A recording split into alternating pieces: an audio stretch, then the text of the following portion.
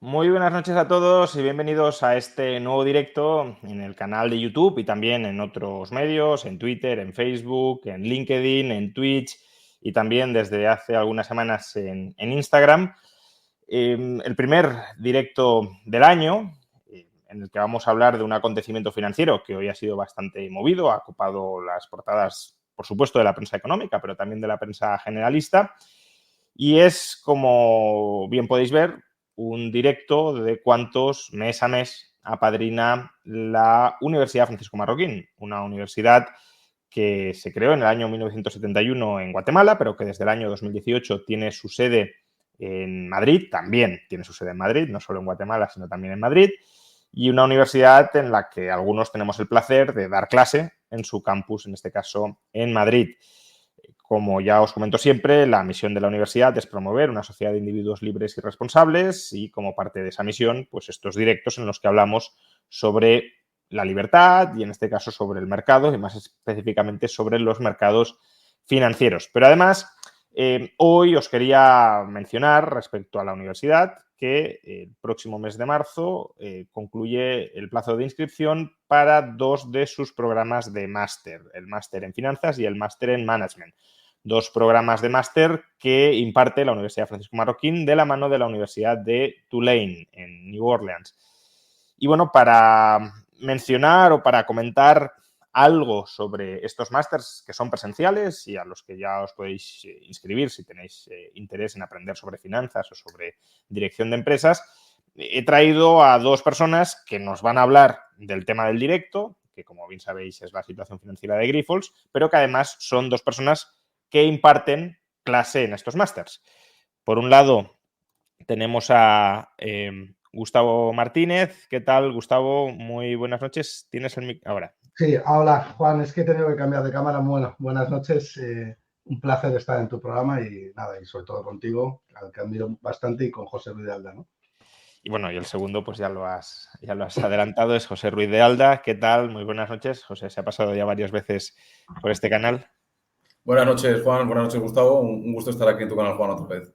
Bueno, pues antes de hablar sobre el caso Grifols, cuán verídico es el informe que hemos conocido hoy, como he mencionado, vosotros dos sois profesores en dos másters que actualmente tienen sus plazos de inscripción abiertos en la Universidad Francisco Marroquín. La información la tenéis en la caja de descripción del vídeo, quien quiera ampliar conocimiento, pero bueno, no sé, Gustavo, por ejemplo, coméntanos algo sobre en qué consisten estos másters, a quién van orientados. Bueno, muchas gracias, Juan. Es un máster básicamente pues, orientado al mundo financiero, todo el que le guste las finanzas y en particular la valoración de empresas. Bueno, pues aquí va a encontrar un sitio donde realmente va a aprender, sobre todo de la mano de grandes profesionales, ¿no? Sobre todo digo esto porque los profesores que dan el máster son profesores que están 100% orientados al mundo laboral y lo explican desde una óptica meramente práctica, ¿no? Y yo creo que el elemento diferenciador de este tipo de máster, y es, bueno, por a lo largo de mi carrera profesional he tenido la suerte de poder hacer varios máster y conocer a muchísima gente que ha estudiado en otros tantos, ¿no?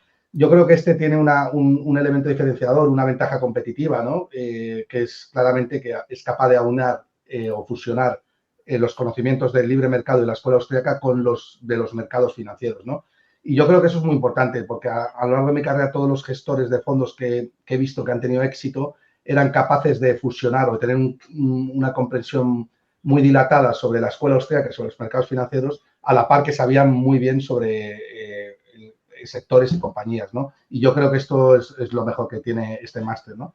Y bueno, y grandes profesores, ¿no? Como José Ruiz de Alda, como yo, si se me permite darme este halago, ¿no? Y otros muchos profesores que son buenos, profesionales y gente que tiene pues más de 25 años en los mercados financieros de práctica, ¿no? También profesores de la Universidad de Tulane, que como hemos dicho son dos másters conjuntos con la universidad y además quienes lo cursen tienen la posibilidad de acudir en una estancia en la Universidad de Tulane para completar la formación. Pues como digo, si queréis ampliar información sobre estos másters para ver si os encaja aprender de finanzas o de management a través de ellos, Máster Universidad Francisco Marroquín, Universidad de Tulane. Podéis obtener más información pinchando en el link que aparece en la caja de descripción del vídeo o, si no veis este chat o esta tertulia en directo, en el comentario destacado. Dicho esto, vamos a empezar a hablar sobre Grifols y sobre el informe de Gotham. ¿Qué ha pasado exactamente? Porque a primera hora de la mañana la compañía caía un 45%, ha terminado cayendo un 26%. ¿Qué se ha revelado hoy para que de la noche a la mañana su capitalización bursátil caiga de un modo tan intenso? Caiga, pues, alrededor de más de 2.000 millones de euros, ¿no? ¿Qué ha pasado? Bueno, yo si quieres hago una cronología un poco de cómo se han sucedido los hechos y luego ya doy paso a José, que es contablemente es bastante mejor que yo porque él es gestor de fondos directo, ¿no? Bueno, todo empieza, Juan, cuando ayer por la noche, pues Gotham lanza un tuit estratégico en el que dice que hay una compañía, además un tanto misterioso, ¿no? Pues ya deja a la gente pues un poco buscando información conectada, ¿no? O sea, yo creo que lo tienen todo perfectamente estudiado y dan un par de pistas, ¿no? Y dicen que es una compañía que cotiza, una cotizada española, con alta capitalización de más de 10 billones, es decir, de 10.000 millones de euros y con alto apalancamiento, vale cero. Entonces, claro, no te lo está diciendo pues un tuitero por ahí, ¿no? O un analista particular de algún sitio extraño, ¿no? Te lo está diciendo Gotham, ¿no? Que Gotham, pues todos sabemos que es conocida porque bueno, no sé si todos lo saben, o sea, que haces bien en recordar por qué es conocida Gotham. Vale, pues Gotham City Research, que debe su nombre a la ciudad de Gotham, de Batman, del rescate de la ciudad, etcétera, etcétera, es conocida por ser una hedge fund americana que busca la mala praxis contable, lo que se denomina la contabilidad creativa, ¿no? Y entonces hace un research sobre alguna compañía que está utilizando mala praxis contable, es decir, que se está inventando los números, y se pone corto sobre esa compañía intentando buscar la rentabilidad o el retorno sobre la posición, ¿no? Y además, bueno, a base de un background ya demostrado, pues tiene capacidad para mover el mercado como hemos visto hoy. Además, incluso compañías de alta capitalización, que son a priori más difíciles de mover el mercado, ¿no? Entonces, Gotham, sabiendo eso, pues ayer lanza este tuit y nada, y ayer por la noche, pues todo el mundo un poco deliberando o especulando sobre qué compañía podía ser, pues el Nasdaq, que cotiza los certificados, ¿no? de algunas acciones, aquellas empresas que son fuera americanas, tienen los ADR que se denominan ADR, ¿no?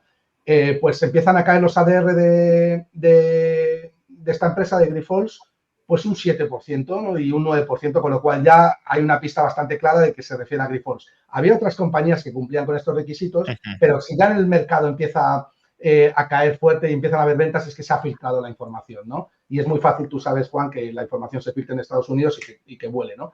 Entonces, ayer el Nasdaq cierra Grifols con una caída del 9% y abre hoy con una caída de un 30%. Al principio salta la subasta de volatilidad, como es lógico, y no se intercambian las acciones, pero luego abre con un 30% de caída y llega hasta un 42-43% de caída y ha recuperado a medida que el informe se ha ido analizando de una manera más profunda y se ha visto que no es tan, digamos que no es tan peligroso, ¿no? Para la compañía y que además, bueno, pues que peca un poco de sensacional, ¿no? Y que gusta el clickbait con la acción vale cero, ¿no? Yo creo, ¿no?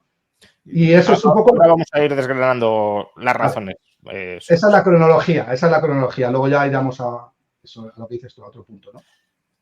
A ver, José, la última vez que estuviste en este canal fue para hablar justamente sobre apaños en la contabilidad que podían transmitir una imagen errónea sobre la situación patrimonial o financiera real de la compañía.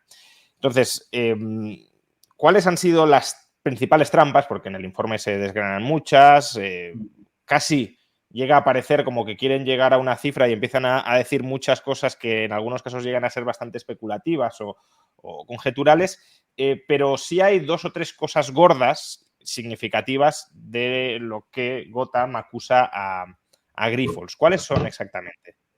Sí, si te parece, Juan, antes me gustaría hacer un pequeño comentario y es que Sí. normalmente en este tipo de inversiones cortas hay dos tipos, ¿no? Está el ejemplo GoEx, que el propio tweet de Gotham decía que no era que este informe no era parecido a Gotham, sino más a otro ejemplo que ponían, que era NMC Health, digamos que en los cuales todo el modelo de negocio es fraudulento y básicamente nada se sostiene, ¿no?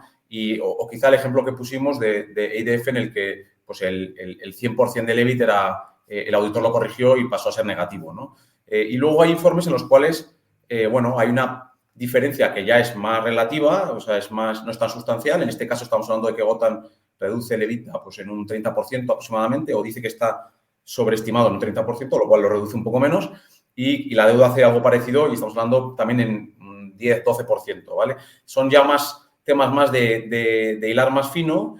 Lo que pasa que para una compañía que está en una situación financiera un poquito delicada, pues podemos movernos en la línea entre si es financiable o no, ¿vale? Es un poco por diferenciar y digamos que esto es un poquito más complejo para analizar, ¿vale? Antes de nada quiero decir que, como vamos a hablar de muchos temas contables y un poco técnicos, y bueno, supongo que en tu audiencia pues hay un poco de todo, pues que nos disculpen aquellos que no entiendan lo que estemos comentando y bueno, que luego ya nos plantearán las dudas que quieran, ¿no?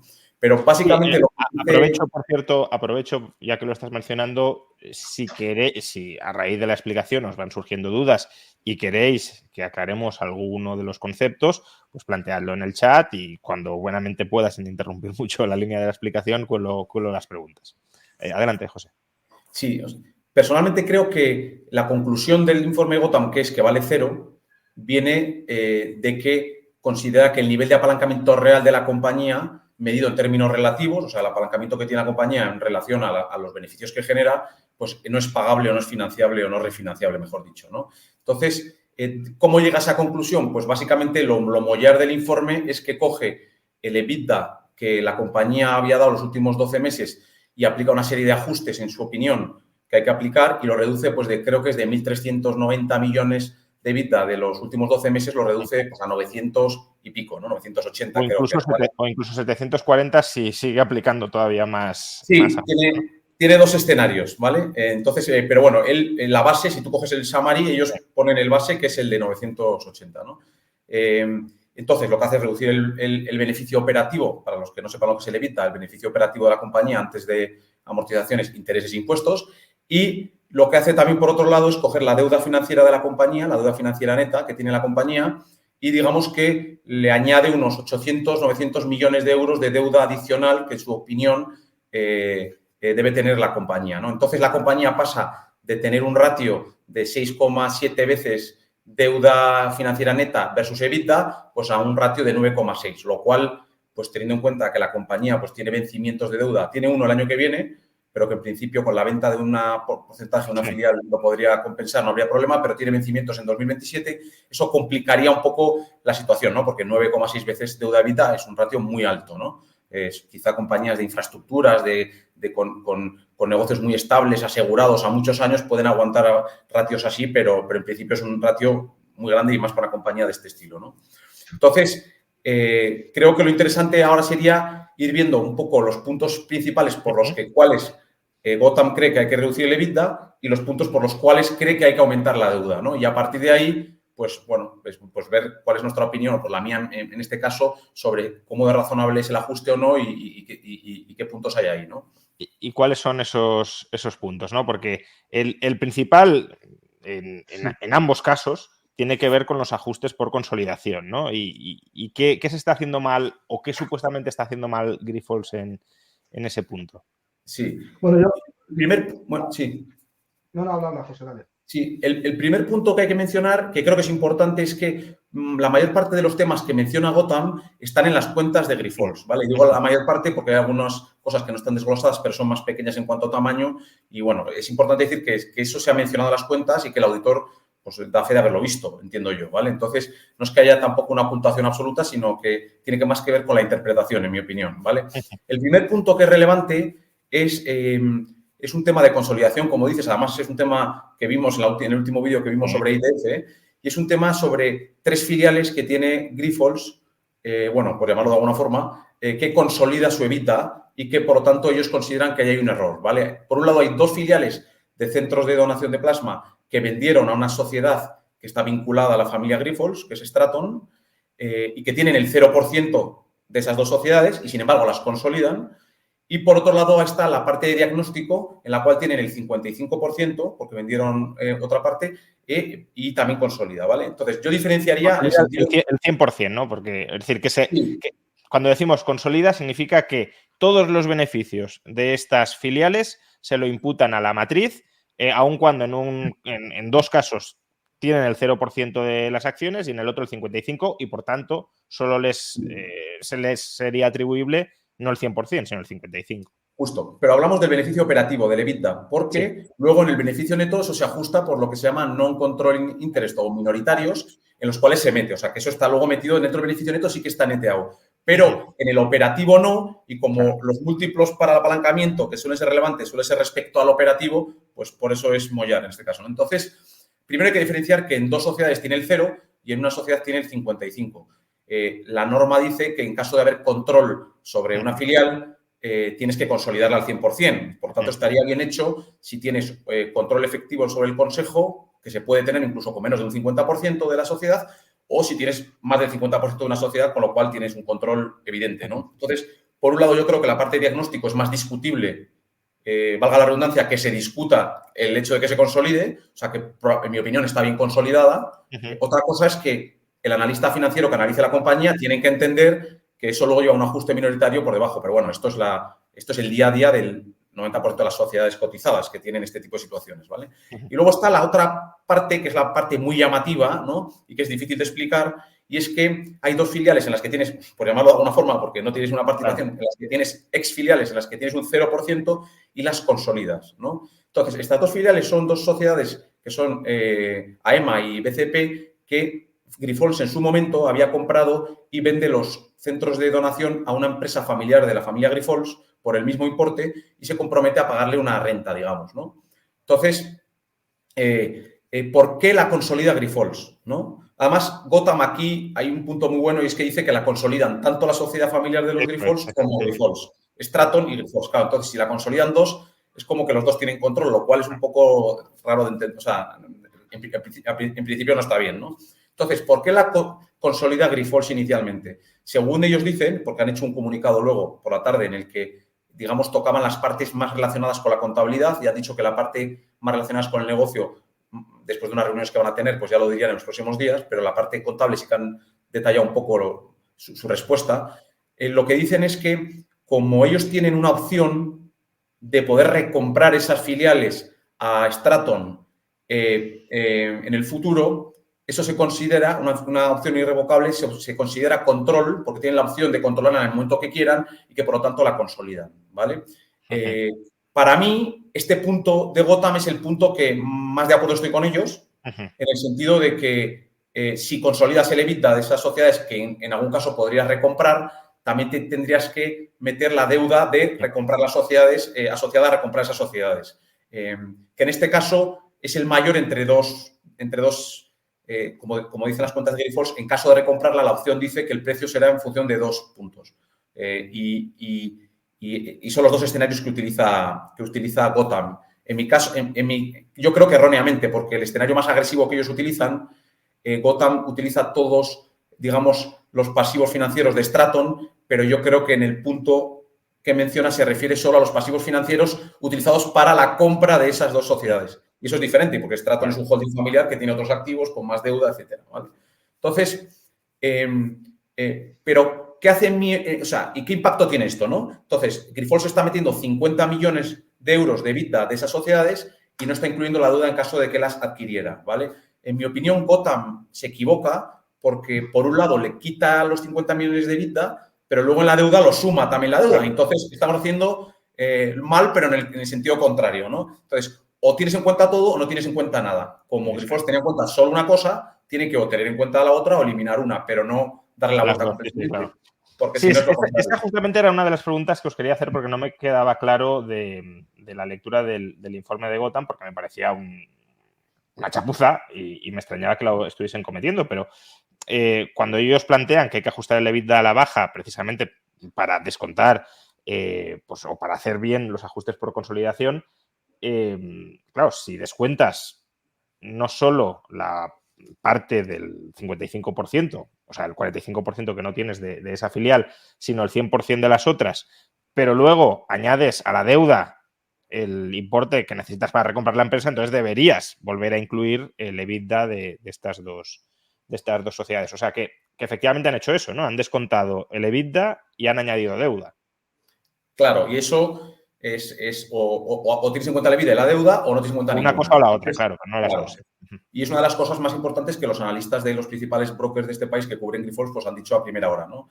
Que era esa pata, bueno, puede tener sentido quitarle 50 millones de EBITDA, pero ahí se acabaría la ajuste. O añadir 800, 900 millones de deuda. No, 460 creo que eran, por esa parte. Claro, es que así lo que intenta Gotham es encajar las cuentas dentro de su informe, ¿no? Y decir, bueno, esto se me va a un múltiplo de 13 veces deuda sobre EBITDA, si solo si se hacen las cosas tal y como yo estoy diciendo que se deberían de hacer, pero es que tampoco está cometiendo irregularidades Grifols, ¿no? Porque la consolidación del 50% de GDS desde el punto de vista de IFRS, de la normativa contable, es completamente correcta, ¿no? Yo creo que hay un matiz, José, corrígeme si me equivoco, yo creo que si algo se puede decir bueno de Gotham, y yo creo que sí que lo señala el informe, es que al mercado, parte del mercado, se le ha escapado esa variación de los intereses minoritarios, ¿no? En el año 2017, 2017, los intereses minoritarios suponen un 0% sobre el beneficio consolidado de la compañía, y en el primer semestre del 2023 suponen el 100%, ¿no? Es decir, estás diciendo prácticamente que no tienes ningún beneficio operativo por parte de la actividad operativa que realiza Grifols, ¿no? Eso lo señala Gotham creo que acertadamente en el informe, y lo cual puede ser motivo para despertar una profundidad mayor en el análisis, ¿no? Sí, eso es cierto, la parte que dices de los intereses minoritarios, pero hay que entender que ha habido años que el beneficio de Grifols era de 500, 600 millones, este año era 100 y los minoritarios han sido 100. O sea, quiero decir, no significa que de un año normalizado los minoritarios de este año fueran el 100%. O sea, quiero decir que eso está muy bien escrito porque te da la sensación de que todo el beneficio es falso, pero si lo miras ves que hay que ajustarlo un poco, ¿no? Pero yo iría un poquito más para atrás donde estábamos, en el sentido de esas dos sociedades. Yo puedo estar de acuerdo con Gotham que hay que quitar los 50 millones. Claro, hay un punto muy importante que no hemos mencionado y es que el EBITDA de partida que coge Gotham, que yo creo que es relevante no tanto respecto al análisis de si los ajustes que hace son buenos o malos, sino la situación actual de Grifols, ¿no? Quizás eso va más relacionado con lo que vale y si tiene futuro, no con tanto con lo que ha encontrado Gotham. Entonces, si queréis, lo dejamos para luego y luego lo comento. El segundo ajuste, que no son 50 millones, que ya son, me parece que eran 225, me parece más o menos, hablo así un poco de memoria, es la parte del negocio de diagnóstico. En ese caso, en mi opinión, está bien consolidada porque tiene 55% y tiene control, y en principio eso es algo con lo que un analista se encuentra el día a día y lo ajustas tú en tu valoración abajo en el beneficio neto que generas y ya está, pero no deberías de restarlo del EBITDA, o eso es lo que yo creo. Personalmente creo que ahí Gotham se equivoca. O sea, o sea, es algo que no es una mala praxis y está perfectamente... Pero ¿por qué crees que se equivoca? Quiero decir, sin ser una mala praxis contable, de hecho, siguiendo las reglas contables es lo que hay que hacer, a la hora de reflejar cuál es la relación entre, digámoslo de alguna manera, el flujo de caja, no es que el EBITDA sea el flujo de caja, pero aproxima el flujo de caja, y la deuda que tiene la empresa, sí es cierto que el flujo de caja por EBITDA, digámoslo así, es menor que el que reflejaría si no quitamos ese ajuste minoritario. Totalmente, sí, Grifols, pero hay que hablar de dos cosas diferentes. Una, la interpretación que un analista financiero haga de esos datos, sí, claro, lo ajuste o no, y dos, si Grifols está haciendo algo que es ilegal o mal hecho. No, ilegal no está haciendo nada ahí, claro. Entonces, como crítica a Grifols, Gotham se equivoca. Como algo que tienen que tener en cuenta un analista financiero, Gotham tiene razón en que hay que tener en cuenta que no tienes el 100%. En eso estoy totalmente de acuerdo con lo que dices tú. Pero bueno, si hablamos de fraude o de no contabilización, que es un poco la primera parte que estoy intentando tocar, pues yo creo que ahí no aplicaría, ¿vale? Entonces, luego tiene un punto que son los costes, lo que se llama run rate cost savings, o lo que viene a ser todos los ajustes de costes que han hecho en los últimos años, este año sobre todo, el efecto que va a tener en beneficio en los próximos años, ¿no? Que son unos 120 millones de euros, ¿no? Entonces, ellos dicen que esos ajustes son sospechosos. Bueno, esto es una especulación en el sentido de que ellos prometen que han hecho unos despidos, una reducción de plantilla, un ajuste de costes de lo que sea, que eso va a implicar mayores beneficios en el futuro y por eso lo ajustan respecto a lo que se haría un año completo desde el punto de vista hoy. Por eso se dice run rate. Significa que ya se han hecho esas reestructuraciones, ya esos costes se están eliminando y si lo aplicamos para los próximos 12 meses tiene ese impacto de 120.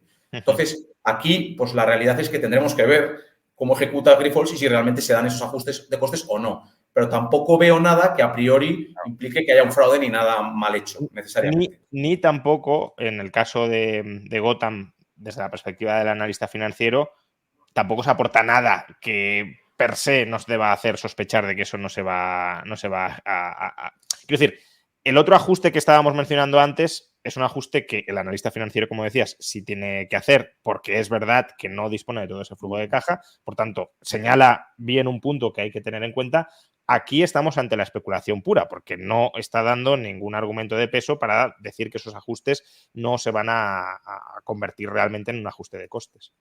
Totalmente. Y a ver, como analista financiero, están todo en su derecho de dudar de que sean capaces de hacer esos ahorros. ¿Con qué base, ¿no? Porque pero eso es opinión ya de analista financiero, pero no hay nada fraudulento en el hecho de que ellos consideren que esos... Claro, pero, o sea, no habiendo nada fraudulento y siendo una opinión de un analista, no es una opinión de un analista fundamentada. Porque puede haber opiniones de analistas que digan, mira, yo me he ido allí, lo he visto, o estoy echando cuentas de otras empresas que han hecho esto mismo y luego no ha habido... Vale. Buscas casos similares, buscas algo, pero simplemente decir, no, es que creo que es excesivo, pero lo crees, ¿por qué? ¿No? Que a lo mejor lo es, pero que no hay mucho más fundamento detrás. Y a mí me gustaría, José, bueno, por supuesto que no, yo no creo tampoco que haya fraude, pero sí que navegamos un poco al límite, ¿no? Porque el hecho de que, bueno, Gotham acusa a Grifols de tunneling, ¿no? Que es transmitir la riqueza de Scraton a Grifols, porque precisamente aduce que es verdad que aparece en los apuntes, en la cuenta de pérdidas y ganancias, en las notas, ¿no? Aparece que ellos tienen la posesión, como bien has dicho antes, José, de una opción call in the money, ¿no? Pero realmente el hecho de tener ese derecho de compra te da a ti la posibilidad de integrarte o de consolidar todo el beneficio de dos compañías que ya has vendido. Esa es la gran pregunta que habría que hacerse, ¿no? Si esto no es navegar un poco al límite, ¿no? De la legalidad, ¿no? Sí, o sea, ese punto que es un poco lo que hemos comentado antes, sí. O sea, yo realmente, o sea, ahí yo no lo había visto esto, contablemente, entonces yo tengo mis dudas realmente. Lo que tengo claro es que si lo tienes que reflejar como consolidado es todo, y si no lo consolidas es todo. Pero dicho esto, entiendo que KPMG, que esto está en las cuentas, es el auditor, tiene que revisar ese contrato, esa opción y ver hasta qué punto es una obligación. Si fuera una obligación, o sea, si no fuera una opción que tuviera, si fuera una opción put que tiene el vendedor, Stratton, que le obliga a comprar a Grifols, es otra cosa. Porque ya es un commitment, es un compromiso que tienes en caso de que el otro lo quiera ejercer y entonces tienes muchas probabilidades de tener que hacerlo. Pero cuando es una opción tuya, en mi opinión, no habría que consolidarlo, probablemente, ni el EBITDA ni la deuda. O sea es para mí más correcto. Lo que dice Grifols aquí es que al tener el derecho de compra, que es 13 veces EBITDA menos la deuda neta, el strike, el precio del ejercicio al que puede ejercer la compra, dice que eso le legitima para tener el control de esas dos compañías que ha vendido. Es que esto yo, no sé, desde el punto de vista del derecho, da para... Bueno, a ver, es discutible. O sea, tú obviamente puedes ejercer el control en el momento que quieras porque tienes capacidad financiera y una opción, pero no lo tienes.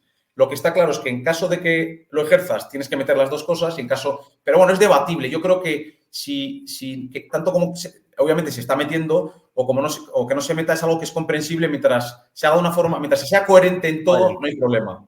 Vale. Entonces, mi pregunta, José, es, metemos las dos cosas, el múltiplo, el grado de apalancamiento que tendría Grifols de 6 veces deuda sobre EBITDA. Espera, Gustavo, porque lo que hemos mencionado hasta ahora son ajustes que en total son unos...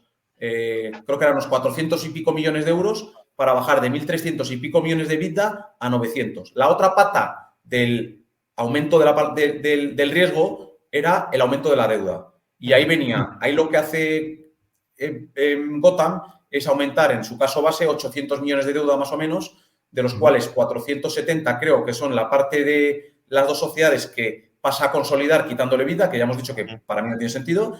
Y la otra parte son unos 360 millones de euros de factoring de la sociedad. Que factoring, para que lo entiendan los clientes, o sea, los oyentes, es cuando tú vendes, cuando al final, para cobrar antes, digamos que lo que tienes que pagar a proveedores, pues te lo adelanta un financiero, ¿no? Un banco, y tú pues y te adelanta el dinero y te cobra un interés, ¿no? Entonces, pero la compañía ha contestado diciendo que tienen confirming 10 millones nada más. Entonces, bueno, en base a lo que ha dicho la compañía, tampoco parece que aquí, ojo, todo esto hablamos de lo que ha dicho la compañía hoy, ¿no? Luego habrá que ver que eso sea correcto, pero en principio tampoco parece que eso sea tan representativo, ¿no? Entonces, y luego hay un punto, o sea, hemos dicho que la deuda había subido en 800 millones, en mi opinión, no está justificado, a priori, con lo que he visto. El EBITDA se puede reducir en parte los 50 millones que no deberían de estar consolidados probablemente, y lo demás ya es un criterio del analista de hacer ajustes y de pensar si los cost savings son razonables o no, pero eso ya es un criterio financiero, no tanto una publicación de Grifols. Pero hay un punto sobre los cost savings, por cerrar este punto, lo que estábamos hablando antes. Decíamos, bueno, Gotham no aporta ningún argumento. Bueno, el argumento que aporta es que Grifols no aporta argumentos. Entonces, es como decir, tú no demuestras que vas a ahorrar y como no lo demuestras, yo presupongo que me estás engañando. Pero bueno, eso no hay ninguna argumentación más detrás que desconfiar de lo que dice la empresa sin mayor criterio.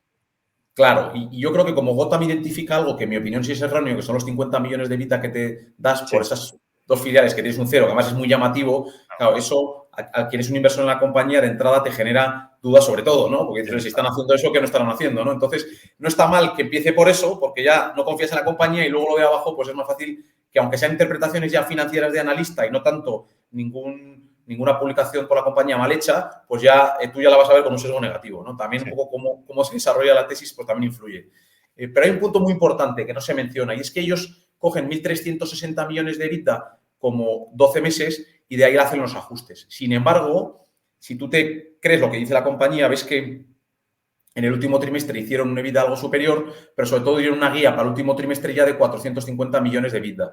Que eso hace un poco que el EBITDA estimado para el año que viene por todos los analistas del sector pues esté en torno a 1.700, 1.800 o incluso 1.900 millones de EBITDA, ¿no? Entonces, si te vas a la presentación de Grifols del último trimestre, ellos parten del informe semestral que está auditado, entonces no tienen en cuenta los datos trimestrales, pero Grifols dice que esos cost savings que quita Gotham no se ven en los 1.360 o 1.400 millones de EBITDA, sino en los 1.750 que estiman para el año que viene. Por lo tanto, no estaban incluidos donde se han restado. Y eso también puede ser un error, parece, desde mi punto de vista, tal y como lo he visto, de que Gotham le ha quitado un 120 que no estaban metidos en ese EBITDA. Por lo tanto, el ajuste hay que hacerlo sobre un EBITDA mayor, ¿no? Entonces, eso es relevante. O no lo haces, claro.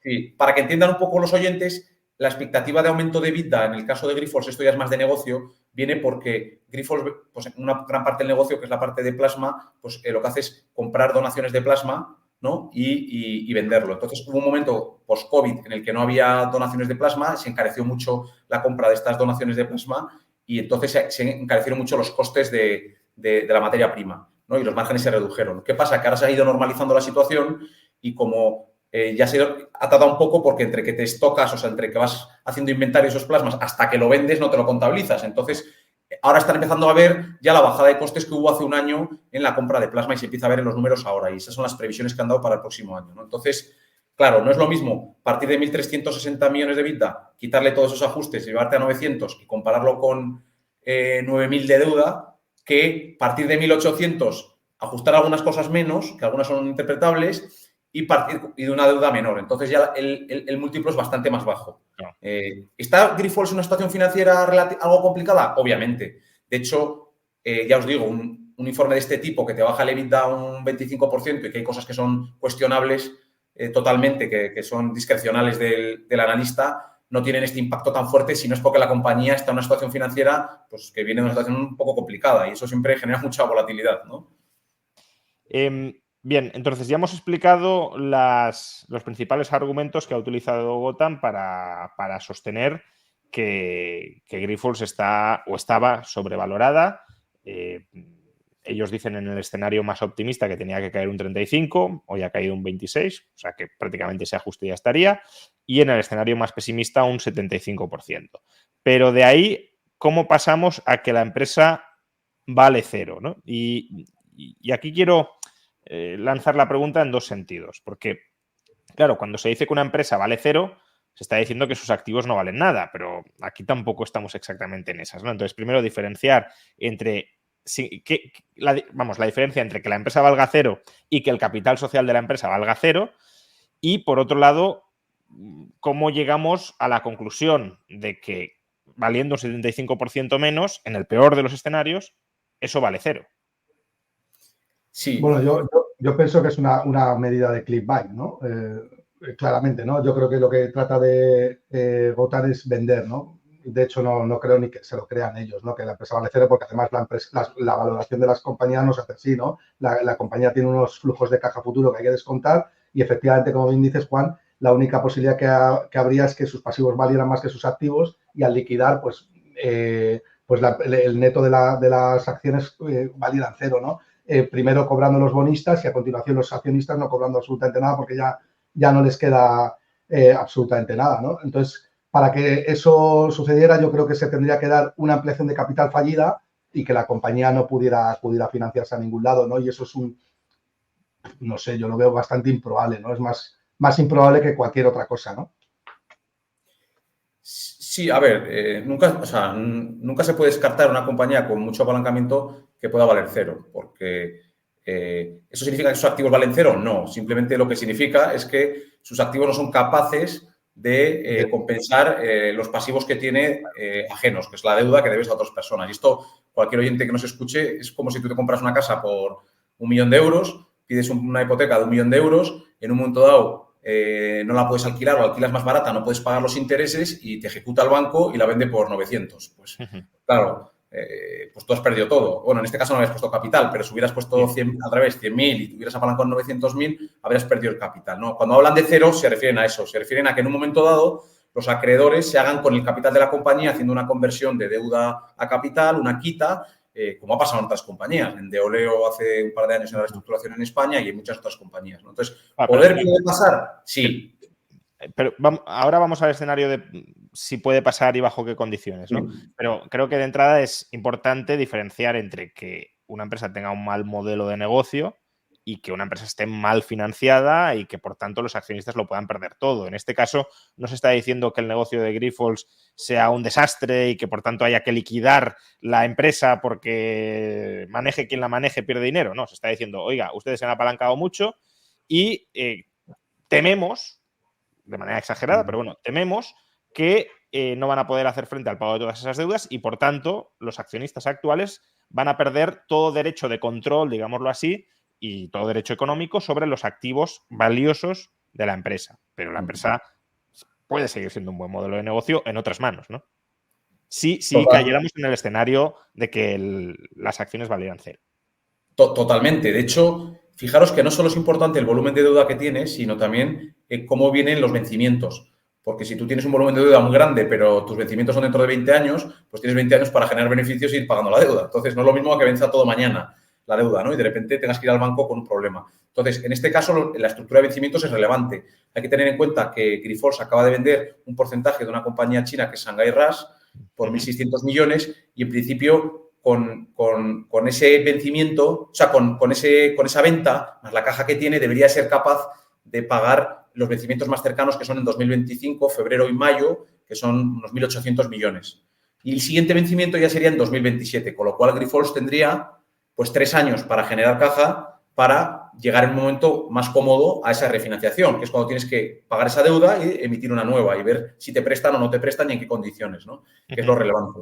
Entonces, obviamente, el modelo de negocio de Grifols sigue siendo un modelo de negocio rentable y válido. La única duda aquí es qué capacidad de deuda es capaz de soportar, ¿no? Entonces, claro, si te basas en lo que dice Gotham, que son entre 9 y 13 veces deuda EBITDA, pues es muy abultado. Hay serias dudas, habría serias dudas de su viabilidad.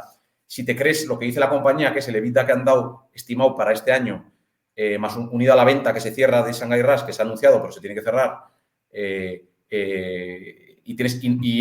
eres más crítico con algunos ajustes que ha hecho Gotham, la situación cambia totalmente. Y es lo que dice la mayor parte de los analistas, que en principio a 2027 llegaría a una situación mucho más cómoda, ¿no? Por debajo de 4 veces deuda EBITDA y que eso pues podría ser perfectamente refinanciable teniendo en cuenta la calidad del negocio de Grifols como ha hecho en otras ocasiones. Yo creo, Juan, que el informe, si no hubiera sido tan sensacionalista y hubiera sido más enfocado a, por ejemplo, descontar una ampliación de capital para refinanciar la deuda y darle más salud a la compañía, hubiera sido bastante más objetivo, ¿no? Pero yo creo que tiene una clara orientación, pues yo diría que de rentabilidad por parte de Gotham y desde luego busca clickbait con lo de las acciones a cero. De hecho, fíjate, Juan, que la cronología es un poco lo que ha pasado, es un poco lo que estamos diciendo nosotros. ¿Cómo se ha comportado la acción? La acción primero reacciona violentamente ante el informe y cuando el mercado empieza a filtrar bien lo que pone en el informe, empieza a volver a rebotar y lo normal es que recupere los terreno perdido los próximos días, ¿no? Porque yo creo que, como bien dice José, los vencimientos próximos de la deuda están controlados y a malas dadas podría hacer una ampliación de capital dilutiva, eso sí, pero con el que poder afrontar nuevos vencimientos, con lo cual el negocio operativo sigue siendo bueno y ajustas un poco tu posición de deuda, ¿no? Claro, entonces, aquí hay dos temas, ¿no? Uno que no lo hemos acabado de cerrar, que es por qué razón Gotham llega a decir que la empresa vale cero si previamente dice que el peor escenario es que caiga un 75% en bolsa. Es decir, ¿qué escenario súper estresado tiene en mente Gotham para llegar a decir que la empresa valdrá cero? Y luego, ¿qué puede pasar, ¿no? Que es un poco el tema que estaba abriendo ahora Gustavo, de qué puede pasar a partir de aquí, porque bueno, aunque no vayamos al escenario súper estresado, tampoco sé si este informe es completamente irrelevante y por tanto el mercado lo va a digerir sin pena ni gloria. Entonces, esos dos temas, ¿no? Primero, ¿en qué escenario súper estresado se basa el clickbait de Gotham para decir que Grifols vale cero? En mi opinión, en el segundo escenario suyo, en el cual dice que tiene entre 10 y 13 veces deuda EBITDA, básicamente te está diciendo que ya estamos en unos múltiplos en los que es muy difícil bajar. Si estás en 13 no vas a bajar por debajo de 10 o de 9 de cara al vencimiento futuro fuerte del 27 y eso sí que es crítico. O sea, ahí te hacen una ampliación de capital, pero no la haces tú, te la hacen. O sea, te la hace el bonista. Claro, lo que pasa es que ellos también dicen que podría suceder, claro, que bajo ese escenario el coste de financiación se le irá un tipo de interés medio por encima del 10%. Que puede ser, claro que puede ser, pero también puede no ser. Es decir, tú puedes estar en una situación delicada, incluso con esos múltiplos exagerados, y que no se te dispare el coste de financiación si, no sé, durante los próximos años vamos a un escenario de tipos de interés más bajos. Quiero decir que se están añadiendo muchos supuestos al cálculo original, que ya estaba un poco cogido por los pelos, pero para llegar al cero ya es no. Y es que además, como esto es insostenible, decimos que es insostenible, se le va a encarecer el coste de financiación, se le va a disparar, no lo podrá atender.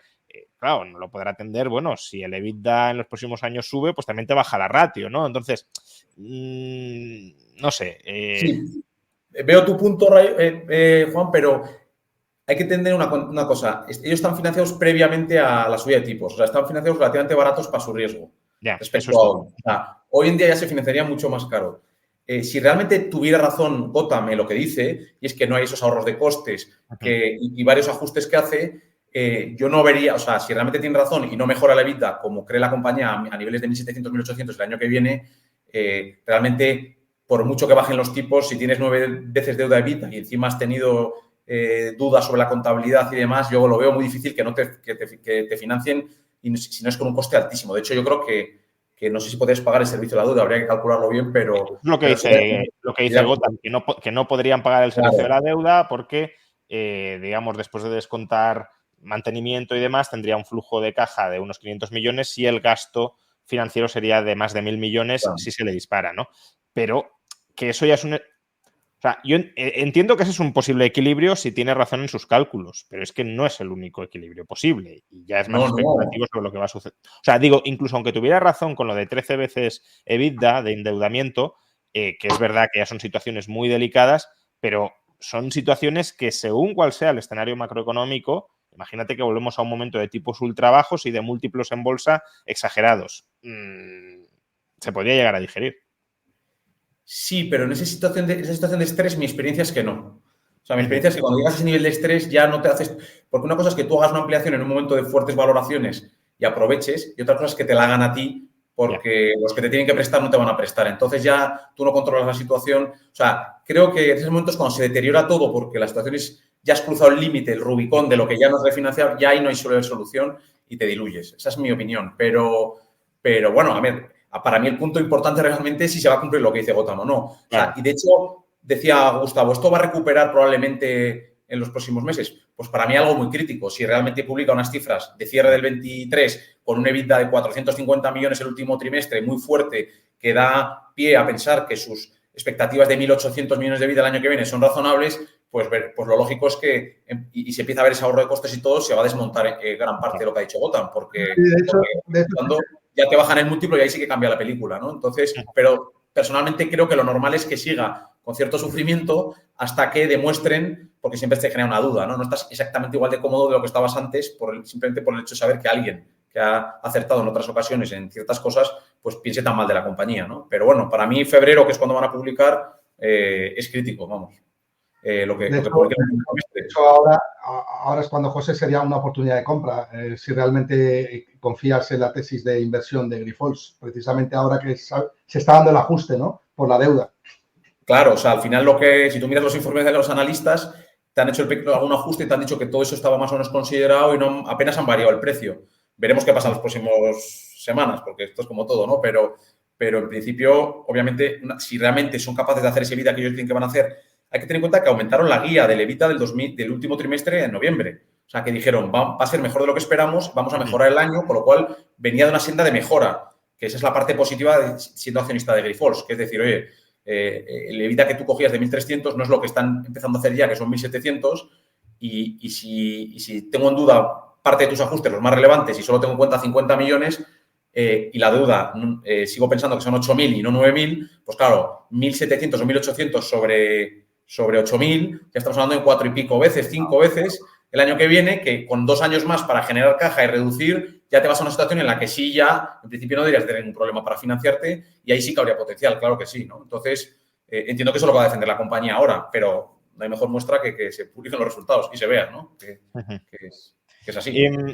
Para ir ya, bueno, porque creo que hemos desgranado con bastante detalle muchas, al menos las partes más relevantes sin duda del informe, quiero reflexionar brevemente sobre el marco institucional, ¿no?, en el que se mueve todo esto. Primero, Gustavo casi está hablando de mala fe de Gotham a la hora de sacar este informe tan sensacionalista. Ellos tenían una posición corta muy importante abierta, en el propio informe lo reconocen, no es que se oculten. Entonces, en el chat leía gente diciendo, bueno, pero esto es legal, que yo saque aquí un informe, abra una posición corta, saque un informe exagerando los problemas que tiene la empresa, hunda la cotización y, por tanto, si han cerrado el corto, que imagino que, bueno, no lo sé, saquen una tajada muy importante. Entonces, ¿es legal? ¿Es moral? ¿Cómo queda la reputación de Gotham a partir de aquí? Sobre todo si no tienen razón en la tesis fuerte del informe. Eso es una gran cuestión la que planteas, ¿no? Moral sí es. ¿Por qué? Porque tú confías en tu tesis de inversión. Gotham está exponiéndose también. Tú lo acabas de decir. Gustavo, claro, yo digo, moral es, sí, efectivamente confías en tu tesis de inversión, pero yo el escenario que estoy planteando es, si están mintiendo porque saben que están exagerando en su negatividad, ¿eso sería legal, moral? ¿Cómo queda la reputación? Yo legal no lo sé, pero lo que sí que te digo es que moral estarían poniendo un precio a la reputación de Gotham, ¿no? Porque sí, Gotham ya tiene una reputación que le precede. Y con lo cual, si tú ahora vas a jugar a ganarte unos, no sé, la posición corta que han tenido, pero que pueden ser 25 o 30 millones de euros y vas a hundir la hedge fund o la reputación de la hedge fund a futuro, te estás valorando muy poco, ¿no? Sobre todo cuando ya tienes una reputación muy construida en Estados Unidos, no solamente, o sea, no en Europa, es que en Estados Unidos tienes una... con lo cual yo creo que el punto moral está cubierto. Yo creo que están actuando de buena fe, no...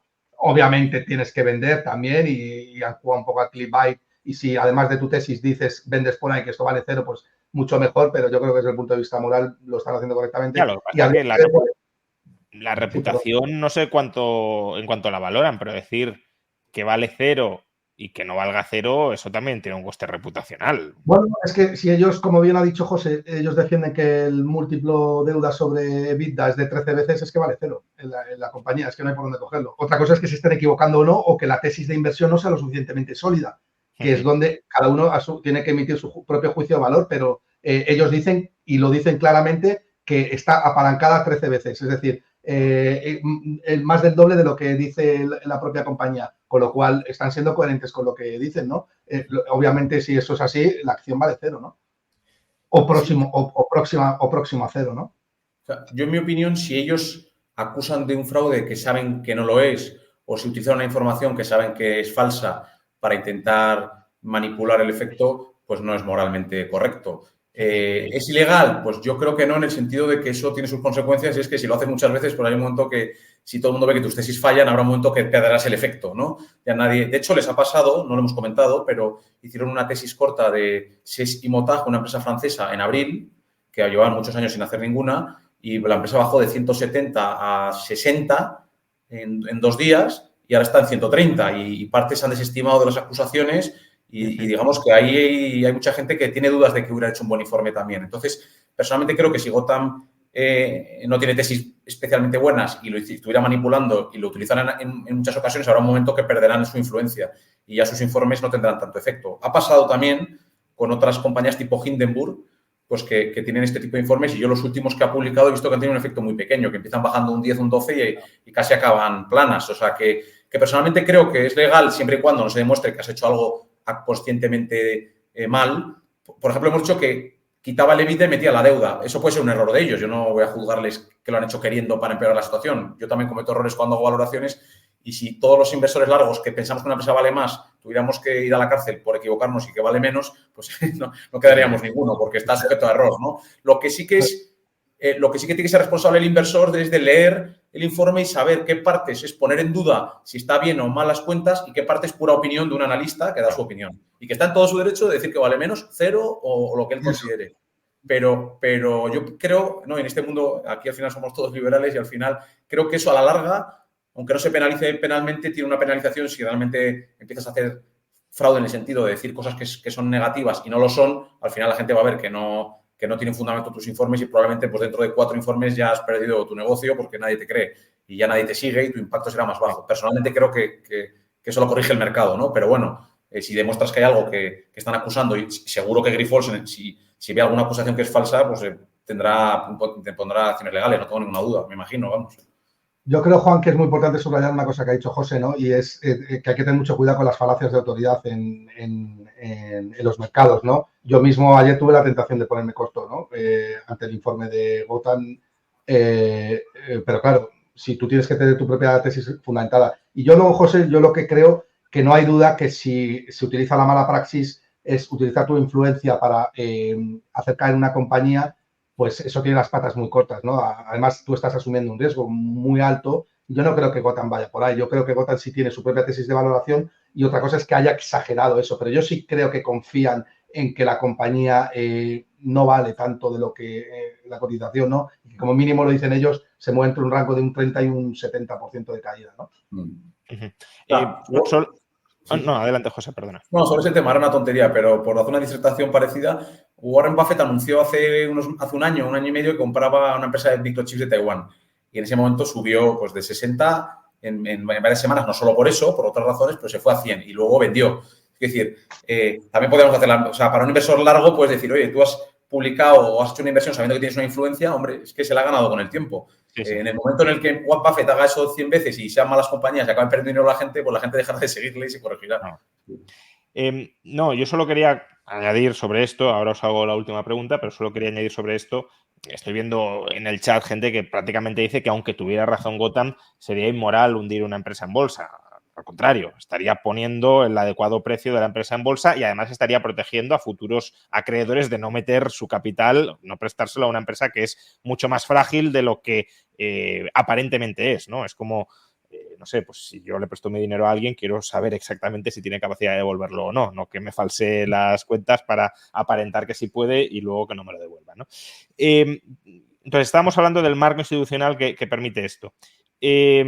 hoy no solo ha caído Grifols, también ha caído el IBEX y en gran medida supongo que por una especie de efecto arrastre de, bueno, si esto le pasa a una empresa tan importante del IBEX, ¿cuántos pufos más puede haber porque no estamos hablando de otro índice poblado de empresas, no, sino las 35 mayores empresas de España, las que deberían estar más vigiladas, supervisadas, controladas, y a una le encuentran un supuesto pufo como esta. Por tanto, todas las demás a lo mejor también son culpables. ¿Creéis que esto va a tener un coste reputacional para el IBEX o ya está todo olvidado? Olvidado o despejado, vamos. Yo, mi opinión, Juan, es que es una reacción de un día solo y efectivamente yo creo que se va a olvidar porque la cuestión es que esto podría dejar heridas si se sucedieran acontecimientos más graves, ¿no? A través de esto viene una quiebra, luego otra empresa del IBEX 35 que también está bajo la lupa de los cortos. Entonces, ahí sí, ¿no? Pero por mi experiencia, yo creo que esto incluso puede llegar a ser una oportunidad de compra en Grifols y dentro del IBEX 35, pues si ha caído por esto y que sí que hay un efecto contagio, yo creo que puede ser incluso una oportunidad de compra de un futuro del IBEX 35, si esta es la consecuencia de la caída, que yo creo que sí lo es, ¿no? Por tanto, mi opinión es que no va a haber un efecto contagio si esto no va más, ¿no? Sí, mi opinión es que al final lo que está en disputa en términos de criterios contables es algo tan concreto, con un efecto que realmente no es tan grande, porque hay una parte que hemos dicho que es opinión financiera pura de Gotham y lo que al final te genera dudas, como para que dudes de la auditoría de todas las compañías del IBEX, es la mala praxis contable y que no haya sido supervisada o corregida por el auditor. Y yo creo que esa parte está tan delimitada, es tan concreta y es incluso tan específica y tan rara, tan poco habitual, que no creo que tuviera que tener un impacto esto a medio plazo en dudar de ninguna otra auditoría personalmente. O sea, creo que KPMG aquí, por lo que he visto yo hasta ahora, no hay nada gravísimo, salvo esos 50 millones que puedes decir, oye, pues no, pero esos 50 sobre 1.800 de EBITDA que puedo hacer este año hay que ponerlo en relación de lo que es. Entonces, ahí yo personalmente creo que no. Sí, aparte que ahí lo más discutible es ya no que se los consolide, sino que se los consolida Grifols y se los consolida el vehículo de inversión. Y ese doble chequeo no sé hasta qué punto KPMG lo tendría por qué hacer si no está auditando a la otra compañía, ¿no? Claro, y aunque lo encontrara, si la que audita a ellos son Grifols y está bien hecho, claro, que se lo consolide, pues entonces tendrá que ser la otra. Bueno, quiero decir claro, pero vamos, es ese punto. Para mí quizá el error ese de que te consolides los 50 de vida y no la parte de la deuda, o sea, ahí puede haber, pero creo que no es algo extendible a todo el mercado y demás, ¿no? Creo que es algo relativamente pequeño, pero que tiene una influencia muy fuerte en valoración porque es una compañía muy apalancada. Claro. Fantástico, pues muchas gracias por vuestro tiempo. Hemos estado casi una hora hablando con cierta profundidad o tecnicidad sobre conceptos que no son pues del día a día en muchos casos, ni son tampoco demasiado pues agradables o reconfortantes, pero aún así pues hemos tenido una audiencia bastante alta y sobre todo muy motivada por lo que veía en el chat, que ha gustado mucho el directo, así que muchas gracias a los dos, José, Gustavo, por acompañarnos. Quiero recordar, ya que lo he mencionado al principio, pues que los dos sois profesores de 2 másters que está ahora mismo ofreciendo la Universidad Francisco Marroquín, que es la universidad, bueno, justamente al final se me cae la cámara, pero no pasa nada, que es la universidad que está apadrinando este directo, este y otros que hacemos todos los meses en el canal, y que son 2 másters en finanzas y en management conjuntamente con la Universidad de Tulane. Si queréis obtener más información y tener pues a José y a Gustavo de profesores y a otra gente además, pues podéis encontrar toda la información sobre ello en el link que encontraréis en la caja de descripción del vídeo y en el comentario destacado cuando no lo veáis en directo. Pues muchísimas gracias. Como digo, Gustavo, José, nos vemos próximamente, que supongo que habrá más ocasiones. Bueno, muchas gracias a ti, Juan, por invitarnos. Un placer. Un placer, Juan y Gustavo, estar con vosotros. Nos vemos próximamente.